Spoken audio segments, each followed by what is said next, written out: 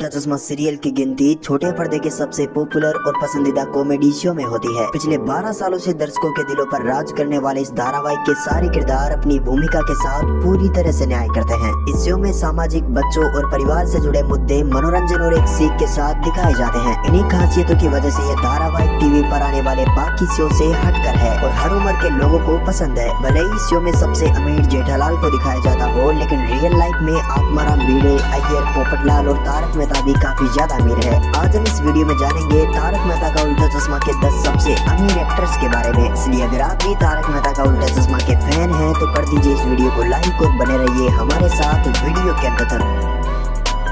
Number 10 पर है तन्मय वेकरिया।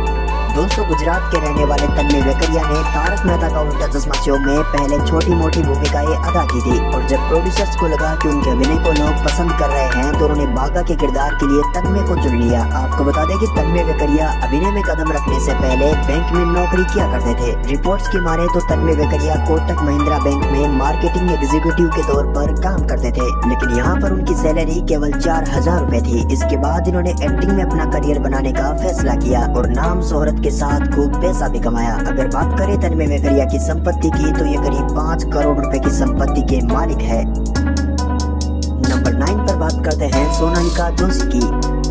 दोस्तों, सोनालिका जोशी साल 2009 से ही तारक मेहता का उल्टा चश्मा शो में माधवी भिड़े का किरदार निभाती आ रही है। माधवी भिड़े को तारक मेहता शो में पैसे भी खूब मिलते हैं। उन्हें हर एपिसोड के लिए करीब 25,000 रुपए दिए जाते हैं। सोनालिका जोशी करोड़ों की संपत्ति की मालकिन है। वो तारक मेहता शो के अलावा फैशन डिजाइनिंग में भी रुचि रखती है। सोनालिका अपने फैशन ब्रांड, शोज और स्पॉन्सर से भी पैसे कमाती है। इनके पास कई महंगी गाड़ियां भी है, जिनमें से एक है MG हेक्टर जो की करीब 18 लाख रुपए की आती है। सोनालिका के पास टोयोटा एटियोस भी है जिसकी कीमत है 9.5 लाख रुपए। इसके अलावा आपको बता दें कि सोनालिका जोशी ने मुंबई के कांदीवली में एक आलीशान घर भी खरीद रखा है। इन्होंने अपने इस घर को बेहद उम्दा तरीके से सजाया है। सोनालिका के ये घर खरीदने से पहले वो बोरीवली के छोटे से घर में रहती थी। और अगर बात की जाए सोनालिका जोशी की संपत्ति की तो आपको बता दें कि इनके पास करीब 5 करोड़ रुपए की संपत्ति बताई जाती है।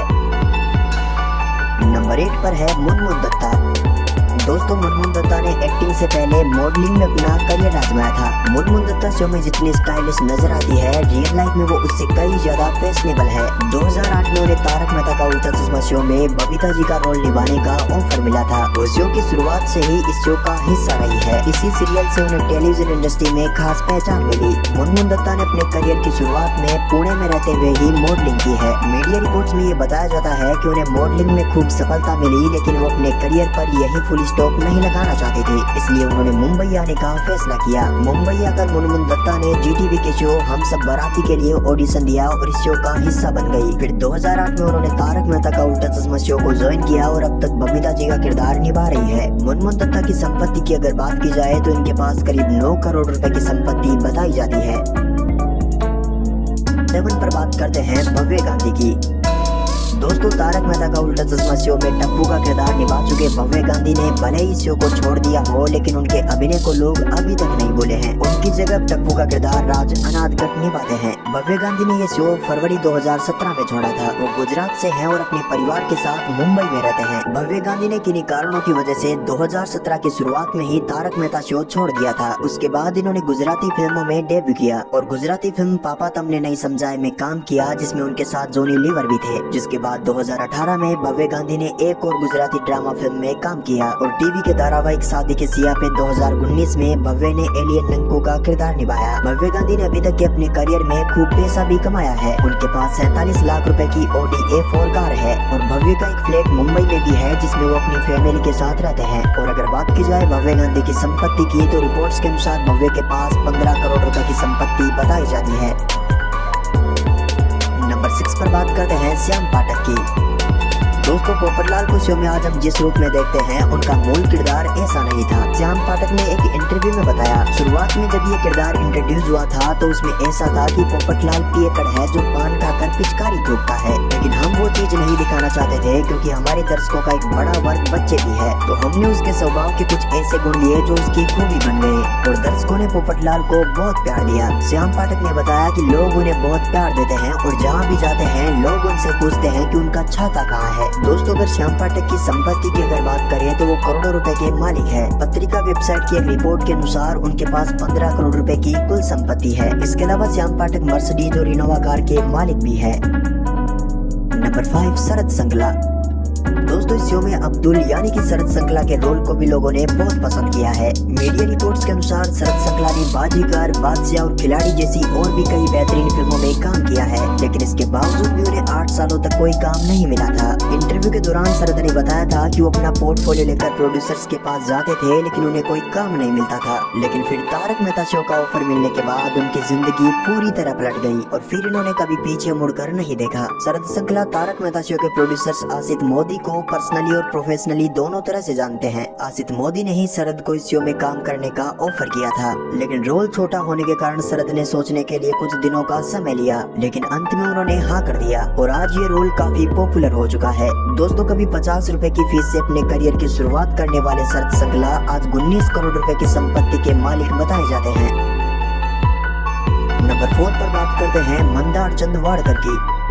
दोस्तों इस शो के किरदार मास्टर भीड़े ने इंडस्ट्री में अपनी एक अलग पहचान बना ली है। दरअसल मास्टर भीड़े का रियल नेम मंदार चंदवाड़कर है। रिपोर्ट्स के अनुसार मंदार चंदवाड़कर करोड़ों रुपए के मालिक है। इतना ही नहीं उन्होंने कई अवार्ड शो में भी अपने अभिनय से जलवे बिखेरे हैं। इसके अलावा उन्होंने कई मराठी शो में भी काम किया है।